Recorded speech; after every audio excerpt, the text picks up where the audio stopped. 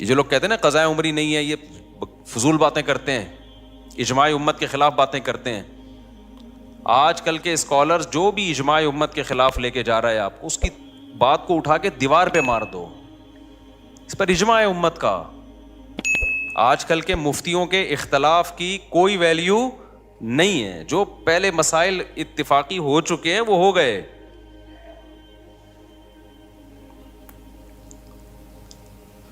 تو آپ کیا سمجھتے ہو کہ آپ نے نماز کی توبہ کر لی، اللہ معاف کر دے گا؟ اللہ کہے گا معاف کر دوں گا. معاف کیا کروں گا؟ ٹائم پہ پڑھنی تھی نہیں پڑھی، یہ جرم معاف کر دوں گا.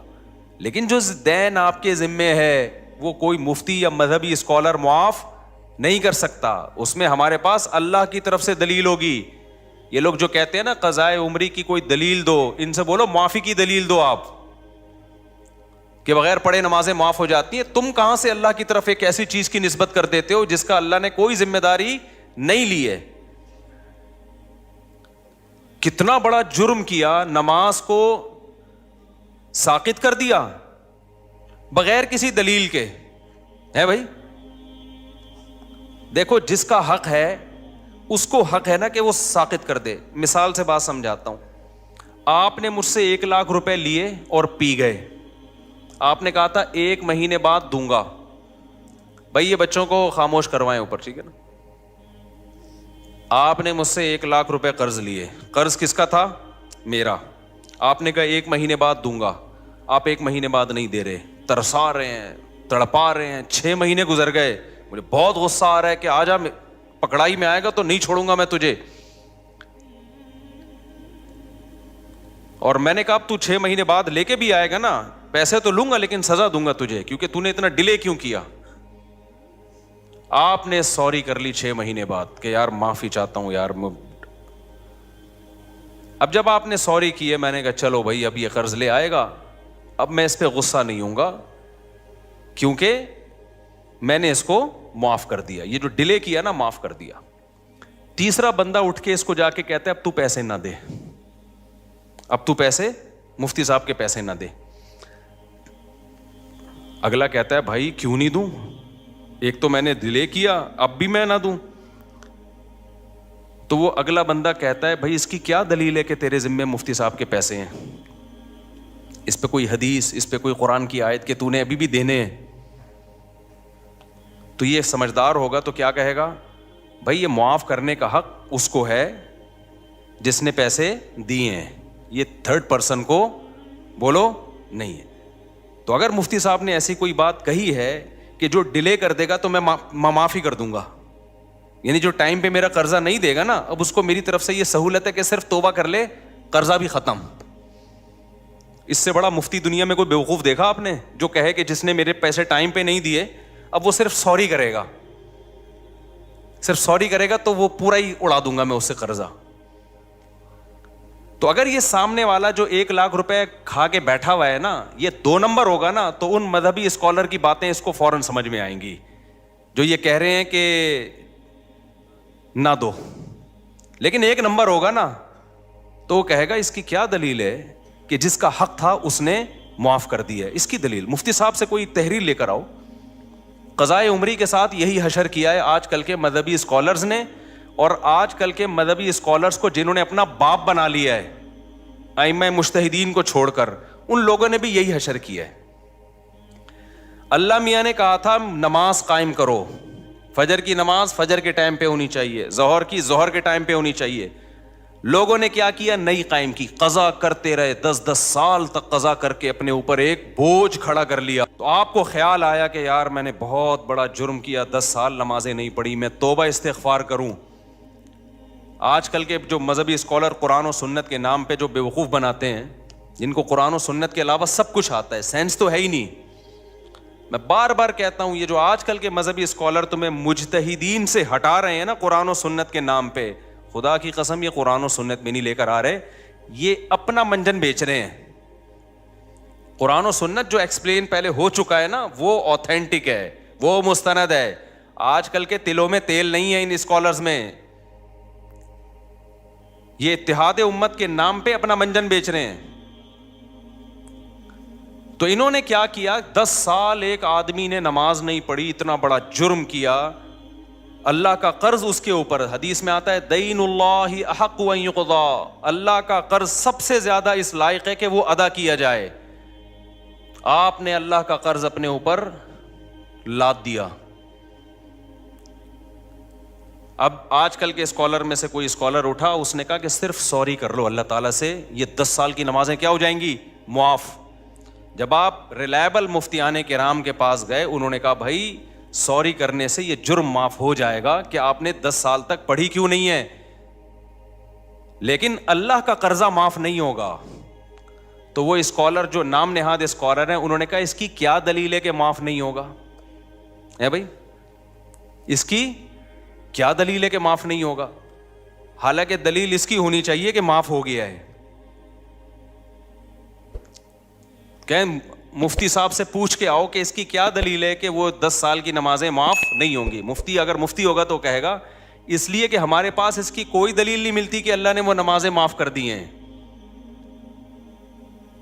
لہذا جو اسکالر یہ بات کر رہا ہے نا, مفتی کہے گا کہ اس سے پوچھ کے آؤ کہ اس کی کیا دلیل ہے کہ سوری سے وہ ساری نمازیں ذمے سے ساقط ہو جاتی ہیں توبہ کرنے سے, کیونکہ تمہارے پاس کوئی دلیل نہیں ہے کہ اللہ نے وہ معاف کر دی ہیں. تو تم اللہ کی طرف اس بات کی نسبت کیوں کر رہے ہو جو اللہ نے کہی نہیں ہے. کہاں اللہ نے لکھا ہے کہ جان بوجھ کر نماز چھوڑ دو گے تو میں نمازی ذمے سے ساقط کر دوں گا, کہیں لکھا ہوا ہے یہ؟ بولو بھائی کیا ہو گیا, کہیں ہے قرآن میں حدیث میں کہ جو 10 سال چھوڑے گا تو خالی سوری سے اس کا قرضہ معاف کر دوں گا؟ آپ خود قانون ساز بن گئے ہو. لوگ کہتے ہیں کہ جی حرج بہت ہے 10 سال کی نمازیں پڑھنے میں, اور اسلام میں تنگی نہیں ہے. حرج جب ہے جب 10 سال کی نمازیں ایک دن میں ہو. 10 سال کی نمازیں 10 سال میں کر لو بھائی. 1 کروڑ روپے لے کے کوئی بندہ پی گیا نا, روزانہ پیسے لے رہا تھا بٹوے سے نکال کے, کھربوں روپے جمع ہو گئے. تو جب تک جس کے پیسے چرائے ہیں وہ معاف نہ کرے اور آپ کے پاس دلیل نہ ہو کہ اس نے معاف کر دی ہیں, کیا وہ کروڑوں روپے معاف ہوں گے اس بیس پہ کہ یہ حرج ہے ان کروڑوں کے ادا کرنے میں؟ کورٹ یہ کہہ دے گی کہ بھائی تھوڑے تھوڑے کر کے پے کر دو, ایک دم نہ دو. ذمے سے ساقط کر دینا یہ آج کل کے مذہبی اسکالر کی بہت بڑی جرت ہے, جو انہوں نے کس کی طرف نسبت کر دی بغیر کسی دلیل کے, کس کی طرف نسبت کر دی, اللہ کی طرف. اور ایسے جاہل ہیں, مطالبہ ہم سے کرتے ہیں کہ قرآن حدیث سے دلیل لے کر آؤ کہ 10 سال کی نمازیں قضا کرنا لازم ہے. بھائی جس نے معاف کی ہیں آپ اس سے دلیل لے کر آؤ. کہاں اللہ نے لکھا ہے کہ میں نے معاف کر دی؟ قرضہ اللہ کا ہے اور معاف کون کر رہے ہیں آج کل کے اسکالر. خوف بھی نہیں آتا خدا کا ان لوگوں کو, شرم بھی نہیں آتی. سمجھتے ہو کہ نہیں سمجھتے ہو؟ اور جب میں جذباتی ہوتا ہوں نا تو آج کل کے کچھ اسکالرز نے میرے خلاف مضمون لکھنا شروع کر دیا, مفتی صاحب کچھ ٹاپکس ایسے ہیں جس میں اعتدال سے ہٹ جاتے ہیں. ایسے مضامین اب بعض لوگوں نے میرے بارے میں لکھنا شروع کر دیے. یعنی یہ وہ لوگ ہیں جو میرے معتقد ہیں لیکن کہتے ہیں کچھ ٹاپکس ایسے ہیں جس میں مفتی صاحب حد اعتدال سے بولو ہٹ جاتے ہیں. ایک عاملوں کے بارے میں مفتی صاحب حد اعتدال سے تجاوز کر لے, سارے عامل غلط. یہ تھوڑا مفتی صاحب زیادتی ہے. ایک 3 طلاق کے مسئلے میں نے کہا نا کہ اگر کوئی اہل حدیث سے فتویٰ لے کے بیوی کو رکھ لے گا وہ زنا ہی ہے, بیوی حلال نہیں ہوگی. لوگ کہتے ہیں مفتی صاحب یہ تھوڑی کیا ہو رہی ہے, زیادتی ہو رہی ہے, اتنا بھی سختی نہ کریں آپ. میں بتاتا ہوں ابھی. تیسرا یہ مسئلہ قضائے عمری. قضائے عمری ساقط نہیں ہوتی ذمے سے, اجماع امت کے خلاف ہے یہ, کوئی دلیل نہیں ہے. نماز سے بڑھ کر اسلام میں کوئی حکم بولو نہیں ہے. کسی مذہبی اسکالر نے فتویٰ دے دیا نا 10 سال کی نمازیں, اس سے بولو یہ تو نے فرض کی ہیں یا اللہ نے فرض کی ہیں؟ اللہ نے معاف کر دی ہیں, بتا بھائی اس کی کیا دلیل ہے تیرے پاس؟ قرضہ اللہ کا ہے اور معاف کوئی پروفیسر صاحب کر رہے ہیں یا کوئی اسکالر کر رہا ہے آج کا. اور چوتھی عدالتی خلا. میں جب کہتا ہوں نا عدالتی خلا, جو آج کا جو قانون گورنمنٹ میں بنا ہوا ہے یہ بالاجماع باطل ہے. اس پہ بھی کچھ اسکالر نے میرے خلاف لکھنا شروع کر دیا کہ مفتی صاحب خلا کے مسئلے میں بھی ایکچولی تھوڑا سا کیا ہو رہے ہیں, کنٹرول سے باہر. اتنا بھی نہیں ہے. ٹاپک سے ہٹ کے میں تھوڑا ان چاروں کو تھوڑا ایکسپلین کر دوں تاکہ پتہ چلے کہ یہ ایکسٹریم لیول پہ نہیں ہوں, میں اعتدال پہ ہوں. دیکھو اعتدال کسے کہتے ہیں؟ جو چیز جیسی ہے اس کو ویسا رکھنا. ایک چیز کالی ہے نا, ایک آدمی کہہ رہا ہے یہ سفید ہے, میں کہوں یہ دھک کالی ہے بھائی, اتنی کالی ہے کہ اندھیرے میں نظر ہی نہیں آئے گی. لوگ کہیں مفتی صاحب تھوڑا اعتدال سے کام لیں. وہ جب کہہ رہا ہے سفید ہے, آپ جب کہہ رہے ہیں کہ کالی ہے, تو بیچ کا کوئی پیلا رنگ کہہ دیں آپ اس کو, تو یہ اعتدال ہوگا یا جھوٹ ہوگا؟ بھائی جب 100% بلیک ہے, کسی بھی زاویے سے دیکھو بلیک ہے, تو اس کو بلیک کہنا ہی اعتدال ہے.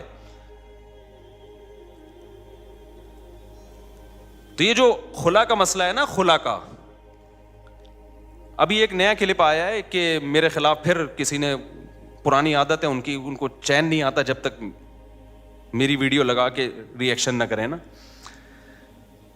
تو میں نے یہ عدالتی خلا کا کہا یہ جھوٹ ہے, بکواس ہے. اس کی بیس پہ اگر کوئی عورت کہیں اور نکاح کرتی ہے وہ زنا ہے, وہ نکاح نہیں ہے. چند کنڈیشن ایسی ہیں جس میں ہم اس خلا کو معتبر مانتے ہیں, وہ ہیں, وہ تو میں بتا چکا ہوں, چند کنڈیشن ایسی ہیں. لیکن علی الاطلاق کورٹ کے پاس یہ حق ہو جائے کہ عورت جب جائے کورٹ اس کو خلا کی ڈگری پکڑا دے, جیسے کہ لا یہی ہے. لا تو پاکستان میں نا, حضرت ویڈیو نہ بنائیں, جو پاکستان میں لا ہے نا وہ یہی ہے کہ جج پابند ہے کہ وہ خلا دے گا. یہ خلا کلعدم ہے, اس کی کوئی حیثیت بولو نہیں ہے. اس پہ مشہور زمانہ اسکالر نے ابھی دوبارہ میرے خلاف کلپ بنایا کہ مشکات کی اتنی حدیثیں اور فلانی اتنی حدیثیں ہیں. ایک حدیث مشکات کی یا پورے ذخیرے حدیث میں, میرا چیلنج ہے خدا کے لیے مارکیٹ میں لے آؤ یار. ہمارے کان ترس گئے ہیں, آنکھیں ترس گئی ہیں. کوئی ایک حدیث ایسی نہیں ہے جس سے پتہ چلتا ہو کہ عورت کو طلاق کا یا نکاح ختم کرنے کا حق ہے بذریعہ کورٹ. شوہر ظلم کر رہا ہو نا مخصوص نوعیت کا, اس کی بات میں نہیں کر رہا, وہ تو میں بھی مانتا ہوں.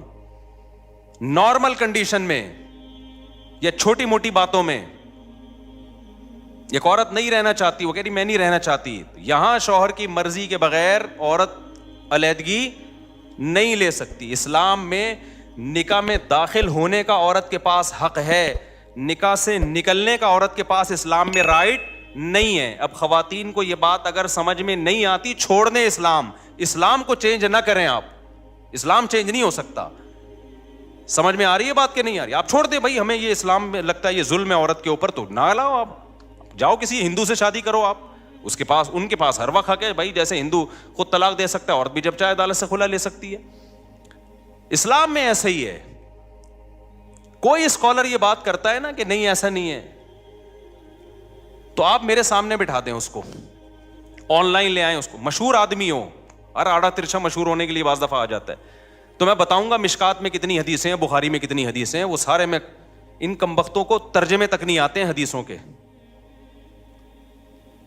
اگر عورت کے پاس بھی یہ رائٹ ہوتا ہے نا, کامن سینس بھی کوئی چیز ہوتی ہے. قرآن حدیث تو پہلے کامن سینس ہوگی تو قرآن حدیث سمجھ میں آئے گا نا. کامن سینس ہی نہیں ہے, قرآن حدیث تو ویسے ہی نہیں ان بیچاروں کے پاس, اور کامن سینس بھی نہیں ہے. اور وہ آج کل ہمیں بتا رہے ہیں کہ ابو حنیفہ امام شافعی کو فالو نہ کرو, ان لوگوں کو فالو کرو. کامن سینس کیا کہتی ہے کہ میاں بیوی میں اور گرل فرینڈ بوائے فرینڈ میں فرق کیا رہ جائے گا اگر عورت کے پاس بھی طلاق کا حق حاصل ہو جائے؟ فرق کیا رہ جائے گا؟ ارے میاں بیوی میں, بوائے فرینڈ اور گرل فرینڈ میں جب دونوں چاہیں بریک اپ ہو سکتا ہے کہ نہیں ہو سکتا؟ بولو نا. دونوں جب چاہیں ایک دوسرے کو چھوڑ دیں, تو پھر یہ میاں بیوی کے تکلف کی کیا ضرورت ہے؟ فرق صرف اتنا ہو جائے گا کہ گرل فرینڈ بوائے فرینڈ میں عورت ٹاٹا کر کے ویسے ہی چلی جاتی ہے, یہاں کورٹ سے کہے گی مجھے ٹاٹا کروا دو, کورٹ اس کو پکا ٹھپا لگا کے ڈگری دے دے گی. گرل فرینڈ میں تو پکا ٹھپا بھی نہیں لگتا, یہاں تو پکا ٹھپا لگ جائے گا. گرل فرینڈ بوائے فرینڈ اور میاں بیوی کا فرق ہی ختم ہو جائے گا. اتنی سینس اس بے وقوفوں میں نہیں ہے, اور یہ ہمارے باپ بنے ہوئے ہیں, ملین سبسکرائبر لے کے بیٹھے ہوئے ہیں یہ لوگ. میں تو کہتا ہوں یہ اس قوم کے ساتھ صحیح ہو رہا ہے. جیسے سیاسی حکمران جب کوٹتے ہیں نا میں پکڑ کے, تو صحیح کوٹتے ہیں بھائی. ووٹ کس نے دیا تھا؟ ووٹ بھی تو میں اور آپ ہی دیتے ہیں نا. تو یہ جو مذہبی اسکالر منجن بیچ رہے ہیں نا اور الو بنا رہے ہیں آپ, یہ بالکل صحیح ہو رہا ہے آپ لوگوں کے ساتھ, کیونکہ آپ نے قرآن و سنت کو سمجھنے کے لیے ابو حنیفہ پہ اعتماد نہیں کیا. آپ کو لگا وہ بیچاروں کو کچھ بھی نہیں آتا تھا, جو تابعین تبع تابعین کے دور کے لوگ تھے, آپ کو خیر وہ بیچارے منجن بیچ کے چلے گئے. آپ نے امام شافعی پہ اعتماد نہیں کیا, جن کو کروڑوں لوگوں نے فالو کیا ہے. آپ نے کہا ان کو نہیں پتا تھا. آپ نے امام مالک پہ اعتماد نہیں کیا, آپ نے امام احمد بن حنبل پہ اعتماد نہیں کیا. جب اتنے بڑے بڑے فقہا پہ آپ نے اعتماد نہیں کیا تو اللہ نے آپ کو ان منجنوں کے حوالے کر دیا ہے کہ یہ منجن بیچیں گے اور تم کیا کرو گے, ان سے مسائل پوچھو گے.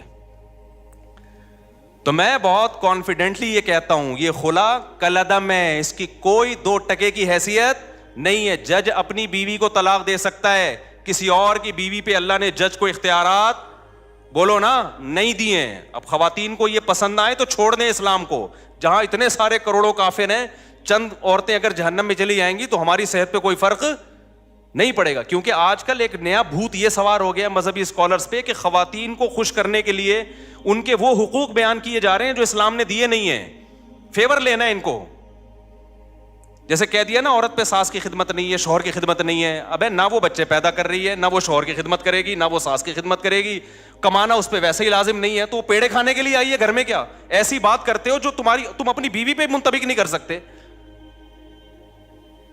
تمہاری بیویاں کیسے گھروں میں رہتی ہیں, نہ وہ تمہاری ماں کی خدمت کریں گی, نہ تمہاری خدمت کریں گی, نہ بچے تو ویسے ہی پیدا نہیں ہو رہے. ایک آدھ ہوتا ہے, اس کے بعد بڑھ گیا, بچوں کا پروگرام سارا کیا ہو گیا, بڑھ گیا. وہ بات کرو جو تم خود سوسائٹی میں اپنے اوپر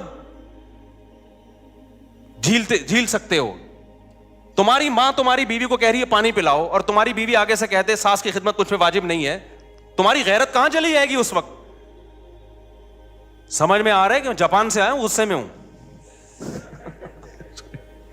کیونکہ وہاں میں نے خاندانی نظام دیکھا ہے تباہ ہوتے ہوئے. یہ نہیں قسم کے لوگ وہاں بھی براڈ مائنڈیڈ پیدا ہوئے, بیڑا ہی غرق کر دیا پورے سسٹم کا. جو اسلام نے عورت کو حقوق دیے ہیں وہ بڑے خاندانی حقوق ہیں. ان حقوق کی بات کرو بھائی, جو حقوق اسلام نے دیے ہیں. اسلام نے یہ کہیں نہیں کہا کہ تمہاری بیوی نہ تمہاری ماں کی خدمت کرے گی, نہ تمہاری روٹی پکا کے کھلائے گی. اسلام نے کہا ہے بھائی خرچہ تمہارے ذمے ہے. نبی صلی اللہ علیہ وسلم نے محبت سکھائی ہے اپنی زوجہ کی کہ جہاں سے امی عائشہ برتن سے منہ لگا کے پانی پیتی, وہیں سے آپ بھی محبت کا اظہار کرتے. کبھی آپ نے اپنی بیویوں کو مارا پیٹا نہیں ہے, ہاتھ نہیں اٹھایا, برداشت کیا. اونچ نیچ ہر گھر میں ہوتی ہے. اپنے ساتھ سفر میں لے کے جاتے تھے, دعوت میں لے کے جاتے تھے. یہ حقوق ہیں جو اسلام نے دیے, یہ والے دو بھائی. تم کیا سکھا رہے ہو ان کو کہ جب منہ اٹھائے وہ عدالت میں جاری ہے؟ کیوں عورت نے, اسلام نے عورت کو رائٹ دیا خلا کا. عورت کو جو خلا کا رائٹ دیا ہے, خلا ایک ایگریمنٹ ہے. رائٹ کا مطلب یہ کہ عورت اگر یہ نہیں رہنا چاہتی تو شوہر سے ڈیورس کا مطالبہ کر سکتی ہے مہر کی معافی پہ, کہ میں مہر چھوڑتی ہوں مجھے طلاق دے دو. اس مہر چھوڑ کے طلاق لینے کو خلا کہا جاتا ہے.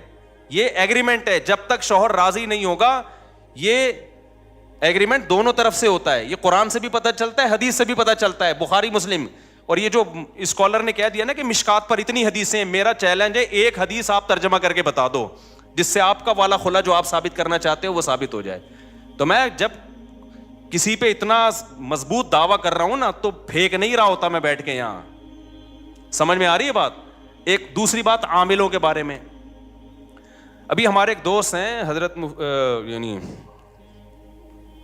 کیا نام ہے, مجھ سے جونیئر ہیں اگرچہ کافی وہ, لیکن کافی پازیٹیو کام کر رہے ہیں. مفتی رشید احمد خورشید صاحب ہیں مجھ سے کافی جونیئر, لیکن ماشاءاللہ بہت اچھا کام کر رہے ہیں, پازیٹیو. ان سے کسی نے سوال پوچھا کہ مفتی طارق مسعود صاحب عاملوں کے بہت خلاف ہیں, بہت ایکسٹریم لیول پہ گئے ہوئے ہیں. انہوں نے اپنے حساب سے جواب دیا کہ بھائی وہ تھوڑا سارے غلط نہیں ہیں, کچھ ان میں ٹھیک بھی ہیں. عاملوں کے بارے میں سارے غلط نہیں ہوتے, کچھ ان میں بولو ٹھیک. ایک تو یہ بات بھی کی کہ بھائی رقیہ تو اسلام میں ثابت ہے, تو میں رقیہ کا تو میں منکر نہیں ہوں بھائی. دم تو مسجد کے امام سے کروا لو, جن چڑیل بھوت بھی کسی پہ کروڑوں میں کسی 2-4 پہ آ سکتا ہے, تو کسی بھی نیک آدمی سے دم کروا لو. اور حضرت مفتی موسیٰ روحانی بازی رحمۃ اللہ علیہ وہ عامل نہیں تھے, خدا کے لیے ان کو بدنام مت کرو, وہ عامل نہیں تھے.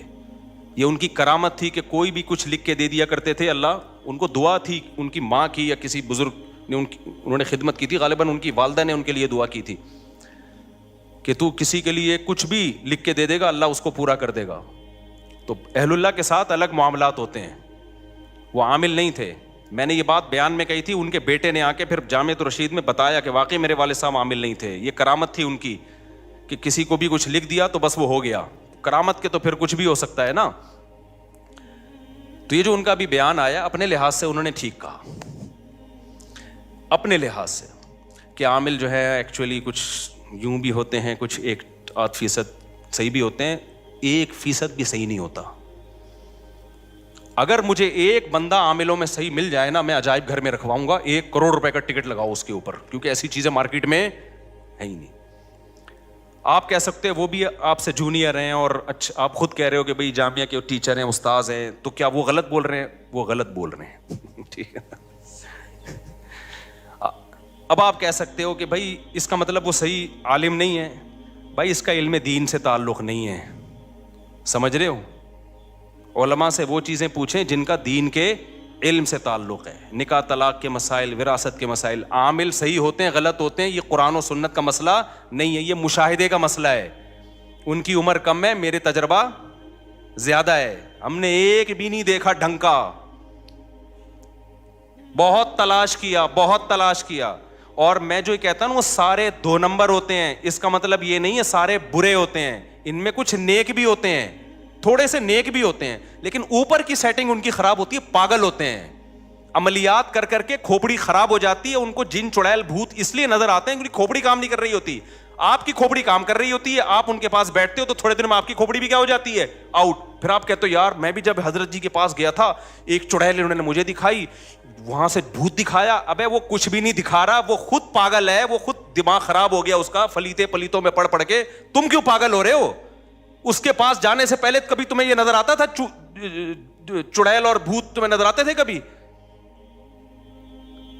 تو یہ منجن ہمارے سامنے, کسی عامل کے باپ میں دم ہے, آئے ایک جن چڑیل بھوت میرے سامنے لا کے دکھائے.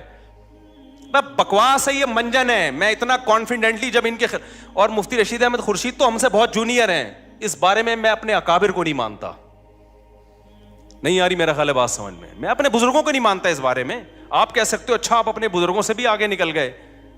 بھائی میں میڈیکل سائنس سے اپنے بزرگ سے آگے جا سکتا ہوں, میں ڈرائیونگ میں اپنے بزرگ سے آگے جا سکتا ہوں, میں دین کے علم میں اپنے بزرگ سے آگے نہیں جا سکتا. دین کے علم کی جہاں بات ہوگی میں اپنے بزرگوں کے سامنے ہتھیار ڈالوں گا. بھائی ان کا علم ہمارے علم سے زیادہ, ان کا تقویٰ ہم سے زیادہ. عاملوں کا تعلق علم دین سے نہیں ہے.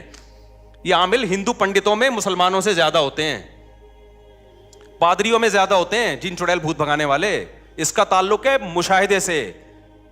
یہ الو بنانے کی مشینیں ہیں, خود کچھ بیوقوف بن چکے ہوتے ہیں تو منجن بیچ رہے ہوتے ہیں. تو یہ کانفیڈنٹلی کہہ رہا ہوں میں, کانفیڈنٹلی. ایسا نہیں ہے کہ ہوائی ایک دم صبح اٹھا تو عاملوں کے خلاف تقریر شروع کر دی. کوئی بھی ڈھنگ کا نہیں ہے, ان سے دور رکھو اپنے آپ کو. اور اگر نہیں رکھا نا تم نے, باتوں میں آ گئے کہ جی وہ حضرت جی ان کے, ابے میں نے بڑے بڑے بزرگوں کو دیکھا ہے کہ ان لوگوں نے الو بنایا ہے. مفتی رشید احمد خورشید تو بیچارے ابھی نئے آئے ہیں مارکیٹ میں. ہم نے بڑے بڑے بزرگوں کو دیکھا, ان عاملوں نے ان کو الو بنا دیا. میں بزرگوں کا نام لینا مناسب نہیں سمجھتا, وہ پھر بے ادبی ہے. ورنہ بڑے بڑے بزرگوں کو ان لوگوں نے الو بنایا. آپ کس کھیت کی مولی ہو؟ ہاں کانفیڈنس ہونا چاہیے انسان میں, ان کو سمجھنے کے لیے تھوڑا سا اعتماد ہونا چاہیے. پھر ان کا پتہ چلتا ہے یہ بہت. اور یہ سعودی عرب کی مثالیں, اب امام کعبہ کو جن چڑیل بھوت, یہ منجن بہت ہم پہلے دیکھ چکے ہیں. میں نے بڑے بڑے بیوقوف دیکھے ہیں جو امام حرموں کے جا کے جن اتار رہے ہیں. وہ امام حرم کو بیوقوف بنا رہے ہوتے ہیں. آپ کہہ سکتے ہو وہ امام حرم بھی بیوقوف بن گئے. تو بھائی جب ان کی فیلڈ نہیں ہے تو بن سکتے ہیں وہ. یہ ہو نہیں سکتا کوئی ڈاکٹر امام حرم کو غلط ٹیکا لگا کے آ جائے. اس کا امام حرم سے کیا تعلق ہے؟ بھائی ڈاکٹر فراڈی تھا, اس نے غلط ٹیکا لگا دیا, یا اناڑی تھا. یعنی عاملوں کا منجن یہ ہر جگہ بک رہا ہے. اور اس میں جہاں بھی مذہبی, میں بھی جاپان گیا نا, وہاں جن چڑیل بھوت بالکل بھی نہیں تھے. مجھے کسی نے بتایا کہ حضرت ایسا نہیں ہے, یہاں بھی ہوتے ہیں. میں نے کہا یہ وہیں ہوتے ہوں گے جہاں ان کے مذہبی رہنما بیٹھتے ہوں گے. انہوں نے کہا بالکل ایسا ہی ہے, کیونکہ وہ بدھسٹ ہے نا. میں نے کہا جو ان کے مندروں میں جاتا ہے نا بدھسٹ, جاپانی سائنسدان جاتا ہوگا عبادت کرنے, اسی پہ جن بھی آئے گا, اسی پہ بھوت بھی, اسی پہ جاپانی چڑیلیں. کیونکہ یہ منجن چڑیل بھوت کا, جادو ٹونے کا مذہبی طبقے میں بکتا ہے. چاہے وہ عیسائی ہو, چاہے وہ مسلمان ہو, چاہے وہ ہندو ہو, چاہے وہ بدھسٹ ہو. جو مذہبی نہیں ہے نا, سیکولر لوگ ہیں, ان میں یہ منجن بکتا نہیں ہے. نہیں آ رہی میرا خیال ہے بات سمجھ میں؟ کیونکہ جادو بہرحال برحق ہے. اب چونکہ مذہبی لوگوں کو ہے کہ ہے, اب اس امکان کی بیس پہ کوئی بھی الو بنا دے. مثال کے طور پر ایک بیماری ہے جس کا وجود ہی نہیں ہے, اس میں الو بنانا مشکل کام ہے. ایک بیماری ہے جو کروڑوں میں کسی ایک کو ہو سکتی ہے, اس میں ہو سکنے کی بیس پہ الو بنانا آسان ہو گیا کہ نہیں ہو گیا؟ تو اس بیس پہ کہ بھائی نبی پہ بھی تو جادو ہو گیا تھا, تو فلانے پہ کیوں نہیں ہو؟ ابے فلانے پہ ہو سکنے کی بات نہیں, ہوا ہے کہ نہیں ہوا؟ یہ اس نے کیسے بتا دیا کہ اس پہ جادو ہوا ہے؟ اس کو کیسے پتا چل گیا؟ کوئی بھی اٹھ کے بولتا رہے. تو اس لیے بھائی یہ میں کانفیڈنٹلی بولتا ہوں کہ عامل سارے برے نہیں ہوتے. میں مانتا ہوں کچھ نیک ہوتے ہیں, تھوڑے سے کچھ نیک ہوتے ہیں, لیکن اوپر کی کھوپڑی خدا کی قسم ان کی سیٹ نہیں ہوتی. وہ خود پاگل ہوتے ہیں. کوئی ایک پاگل نہ ہو تو مجھے بتاؤ, یا اگر پاگل نہیں ہے تو فراڈی ہے, پھر وہ بہت بڑا فراڈی ہے. دیکھو جو چھوٹے فراڈی ہوتے ہیں ان کو پکڑنا آسان ہوتا ہے. کاش یہ بات آپ لوگوں کی سمجھ میں آ جائے, بڑے بڑے فراڈیوں کو پکڑنا بہت مشکل ہوتا ہے. اور مجھے حوالے نہ دیا کرو حضرت جی فلاں حضرت فلاں کے ہم بہت اعتقاد ہے, لیکن دین کے علم کے معاملے میں تقوی میں ہم ان پر اعتماد کرتے ہیں, عاملوں کے منجن میں ہم ان پہ اعتماد بولو نا نہیں کرتے. باقی جادو برحق ہے, جنات بھی آ سکتے ہیں, کروڑوں میں کسی ایک پہ آ جاتا ہے. تو اس کا علاج یہ ہے کہ سورہ فلق سورہ ناس پڑھ کے دم کرو, یا مسجد کے امام یا کسی نیک آدمی سے دم کرا لو بس. اس سے آگے بڑھنے کی کوشش کرو گے تو معاملہ پروگرام بڑھ جائے گا. وقتی طور پہ ٹھیک ہو جاؤ گے, پھر دوبارہ چڑیل آئے گی, پھر تمہاری نسلیں برباد ہو جائیں گی. فلیتے پلیتے, ایک دھاگا یہاں ایک یہاں پر فلیتا, اتنا عذاب میں مرو گے بھی سالے, اسی مصیبت میں مرو گے تم. فلیتوں پلیتوں سے جان نہیں نکلے گی تمہاری کبھی. ہمارے یار اللہ نے اتنے ہمیں اولادیں دی ہیں, ہمارے گھر میں بچے بیمار بھی ہوتے ہیں, صحت بھی ہوتی ہے. ہم نے تو کبھی نہ کوئی فلیتا نہ کوئی پلیتا نہ کسی عامل نہ میں نے تو عاملوں کو چیلنج کیے, تیرے باپ میں دم میں تو آ یار, 2-4 چڑیل بھوت ہمارے گھر بھی بھیجنا. یہ منجن انہی لوگوں کو بکتا ہے جو ان لوگوں کو مانتے ہیں. اور یہ صرف مسلمانوں میں نہیں ہے, یہ ہندوؤں میں بھی ہیں. یہ مذہبی لوگوں کا منجن ہے. سیکولر لوگ تمام تر عیبوں کے باوجود اس عیب سے بچے ہوئے ہیں. انگریز سیکولر ہے نا, وہ جب راکٹ بھیجتا ہے نا چاند پہ, پڑ گیا تھا نا ایک دفعہ راکٹ بھیجا تھا, اگر وہ پنڈت جی کے سے دم کروا کے یا کسی مسلم اسکالر سے دم کروا کے بھیجتا نا تو کہتا ہے یہ اس دفعہ کچھ چڑیل نے کچھ اوپر جا کے کیا ہے. ان کے سارے سائنسدان بکرے کاٹ رہے ہوتے ہیں وہاں بیٹھ کے. انہوں نے دیکھا یار جب تباہی ہوئی ہے تو کوئی نہ کوئی لاجک ہوگی, اس کی لاجک کو تلاش کرو. میاں بیوی کی لڑائیاں ہیں, معاملات صحیح نہیں ہیں. جب لڑائیاں ہو رہی ہیں تو انسان کے بچے بنو نا, دیکھو غلطی کس کی ہے, کون پہلے بدتمیزی سے بات شروع کرتا ہے, پھر لڑائی ہوتی ہے. عاملوں نے یہ دھندا ہی سارا ختم کر دیا. عاملوں نے بولا اپنی غلطی کی اصلاح مت کرو, اصل میں تمہاری ساس نے تمہارے اوپر چڑیل بھیجی ہوئی ہے. بجائے اس کے کہ آدمی دیکھے کہ نتائج غلط جو نکل رہے ہیں تو میں ٹھیک ہو جاؤں یا بیگم ٹھیک ہو جائے, وہ اپنے آپ بارے میں سوچے یہ کیوں جھگڑا ہو رہا ہے. نہ بھائی, وہ تعویذ رکھا ہوا ہوگا بیل میں. 15-16 سال پرانی بات ہے, مجھے پتا تھا یہ بہت نالائق ہے نا, لڑ رہے تھے بدتمیز سے, دونوں ایک نمبر کے. شادی سے پہلے ہی بدتمیزی میں مشہور تھے, تو ظاہر ہے جب شادی بھی ہو گئی تو پھر تو بدتمیزی انتہا کو پہنچے گی. لڑائی جھگڑے ہی نہیں ختم ہو رہے. وہ لڑکی کا بھائی چلا گیا کسی بزرگ کے پاس, وہ بزرگ بھی ہمارے ہاں بڑے بزرگ سمجھے جاتے ہیں. افسوس تو اس پر ہے نا, میں 2 نمبر عاملوں کے خلاف نہیں بولتا, یہ ذہن میں رکھو, میں 1 نمبر کے خلاف بولتا ہوں. یہ بھی میری بات کو نا غلط لے جاتے ہیں. 2 نمبر تو سب مانتے ہیں 2 نمبر ہیں, جو 1 نمبر ہیں وہ بھی 2 نمبر ہیں, میں ان کے خلاف بول رہا ہوں.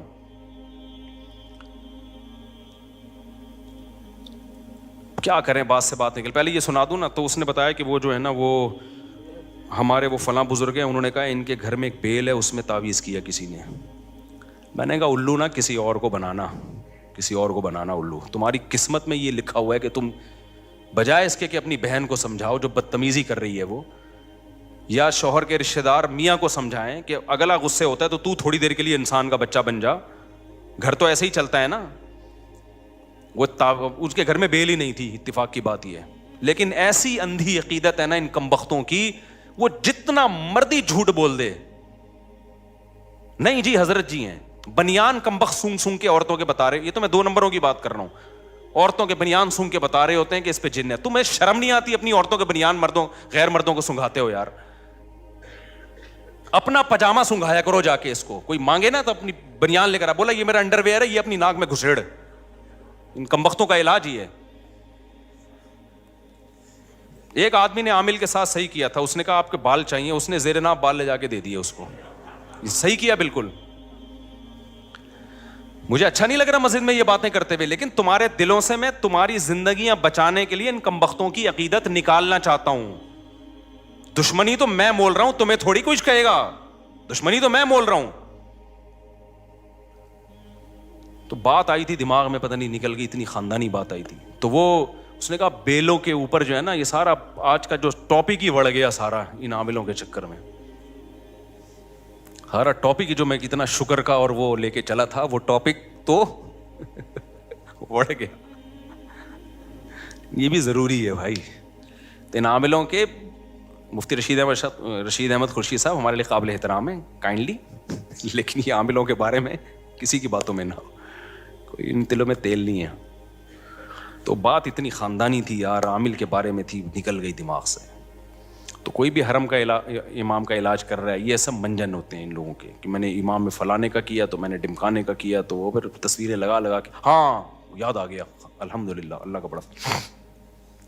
دیکھو میرے ساتھ بھی کسی کی تصویریں دیکھو نا, کہ میں اس کے لیے دعا کر رہا ہوں, اس کی مسجد میں کھڑے ہو کر اس کے لیے دعا کر رہا ہوں, تو وہ آپ سے اگر چندہ مانگتا ہے تو ان تصویروں کی بیس پہ آپ چندہ بولو مت دو